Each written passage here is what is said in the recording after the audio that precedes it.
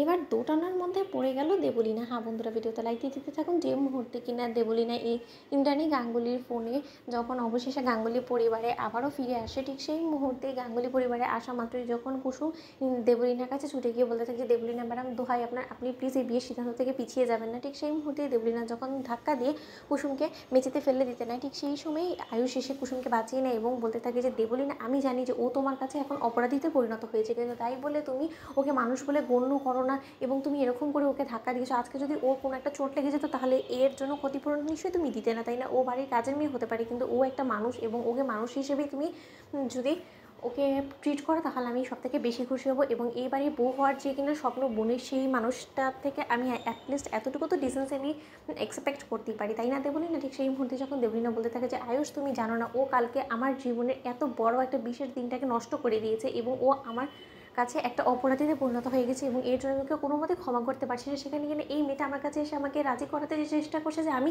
এবারে আবারও যাতে বউ হই, এটা কী করে ওই মেয়ে বলতে পারে? ওর মেয়ের এত বড় দুঃসাহস হয় কী করে? অন্যদিকে যখন আয়ুষ বলতে থাকে যে এই মেয়ে কথাটা এই কারণে বলছে কারণ মা ওকে বলেছে যে যে কোনো মূল্যে তোমাকে রাজি করাতে হবে বিয়ের জন্য, তবেই ও মায়ের কাছ থেকে ক্ষমা পাবে। অন্যদিকে এই কথা বলা মাত্র যখন আয়ুষ কুসুমকে বলতে থাকে যে চলো কুসুম আমরা ভেতরে চলে যাই, অন্যদিকে এই কথা বলে যখন দেবলীনার কাছে ঈশানের ছোটো কাকিমণি এসে বলতে থাকে যে দেবলীনা তুমি এবার যাই সিদ্ধান্ত নাও না কেন একদম সাবধানে নিও, কারণ তুমি হয়তো বা জানো না যে দিদিভাই নাকি কুসুমকে শর্ত দিয়েছে যে দিদিভাইয়ের বিশ্বাস আবারও কুসুম তখনই অর্জন করতে পারবে যখন কিনা তুমি এই বিয়ের সিদ্ধান্ত আবারও বদলে দিবে এবং তুমি ঈশানকে বিয়ে করার জন্য রাজি হবে। তাহলে নিশ্চয়ই তুমি বুঝতে পারছো, যদি তুমি বিয়ের সিদ্ধান্তে হ্যাঁ বলো তাহলেই কিন্তু এবার তুমি না চাইলে কুসুমকে জিতিয়ে দিবে এবং তুমি নিশ্চয়ই চাও না যে কুসুম এই যাত্রায় জিতে যাক এবং দিদিভাইয়ের বিশ্বাস অর্জন করুক, আবারও দিদিভাই নয়নের মণি হয়ে উঠুক। তাই যদি ওকে তুমি দিদিভাইয়ের চোখে নয়নের মণি না করতে চাও তাহলে কিন্তু তোমাকে এই বিয়ের সিদ্ধান্ত থেকে বিরত থাকতে হবে। এবার ডিসিশন তোমার উপরে, তুমি কি করবে না করবে। অন্যদিকে দেবলীনাকে যখন দেবলীনার মম বলতে থাকে যে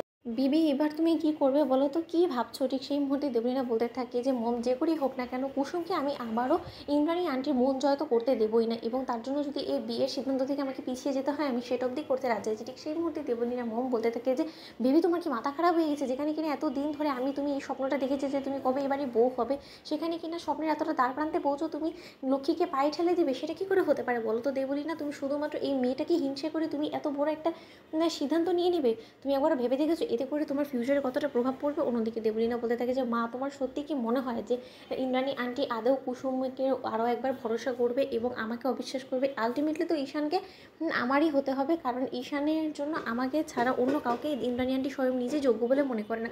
তাহলে তুমি এই জিনিসটা ভাবলে কী করে বলো তো যে আমাকে এতটা এফোর্ট দিতে হবে? আমার কোনো এফোর্ট ছাড়াই দেখবে আমার দিকেই সব তীর ঘুরে আসবে। তো বন্ধুরা লাইক কমেন্ট শেয়ার করে সাবস্ক্রাইব করো।